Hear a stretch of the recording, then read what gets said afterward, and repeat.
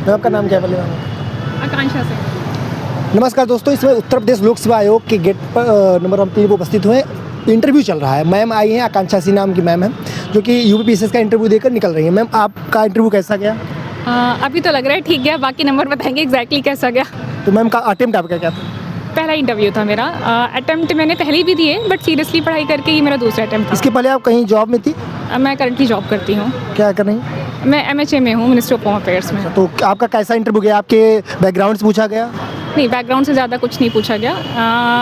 MHA में से मतलब मेरी जॉब से रिलेटेड 1-2 क्वेश्चन पूछे गए, बाकी सिचुएशनल क्वेश्चन पूछे गए, अलग अलग तरह के क्वेश्चन पूछे गए। सच बैकग्राउंड से एक भी क्वेश्चन नहीं पूछा गया। इंटरनेशनल रिलेशन, यूजीसी, ये सब कुछ भी नहीं। तो कैसा क्वेश्चन था, कुछ आप बता दीजिए।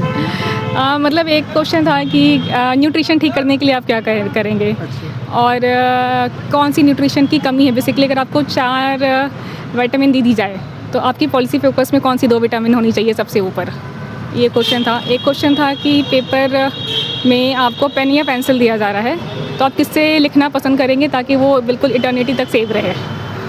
ये दो सिचुएशन बेस्ड क्वेश्चन ये थे। सिचुएशन से ज़्यादा क्वेश्चन थे। हाँ। कौन से सर की थी team? SK Verma. SK Verma की। मैम आप प्रीलिम्स की तैयारी कैसे की थी? प्रीलिम्स प्लस मेंस साथ में कि अलग अलग? एक्चुअली मैंने तैयारी पहले UPSC की कर रखी है, थोड़ा ब्रेक हो गया था, तो मेरा बैकग्राउंड मतलब मेरा ऐसा नहीं था कि मेरा पहली बार मैंने तैयारी करी। मैंने बुक्स पढ़ रखी थी, नोट्स थे मेरे पास, तो मुझे मोस्टली ब्रश अप करना था। हाँ, प्रीलिम्स के लिए, क्योंकि ये प्रीलिम्स काफ़ी फैक्ट बेस्ड होता है, तो प्रीवियस ईयर लगाना है।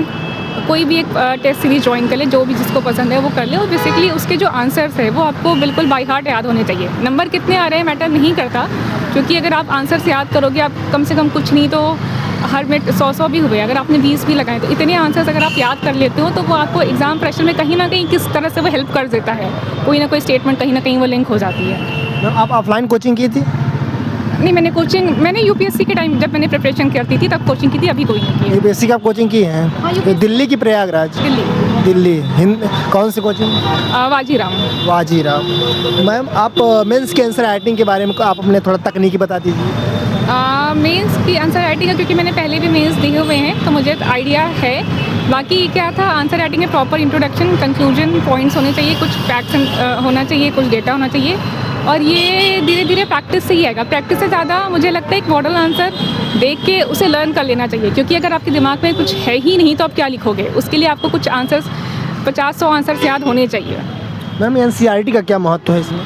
NCERT एक बेस बनाता है, ज़रूरी है, क्योंकि ये आपको क्रोनोलॉजिकल ऑर्डर को समझने में हेल्प करता है। बाकी NCERT दिमाग में कहानी बना देता है, तो वो लिंक करने के काम आता है। उसके बाद आपकी मटेरियल जो है वो तो पढ़ना ही है, बट हाँ, NCERT पढ़ना ज़रूरी है। और NCERT 6 से पढ़ें कि 9 से?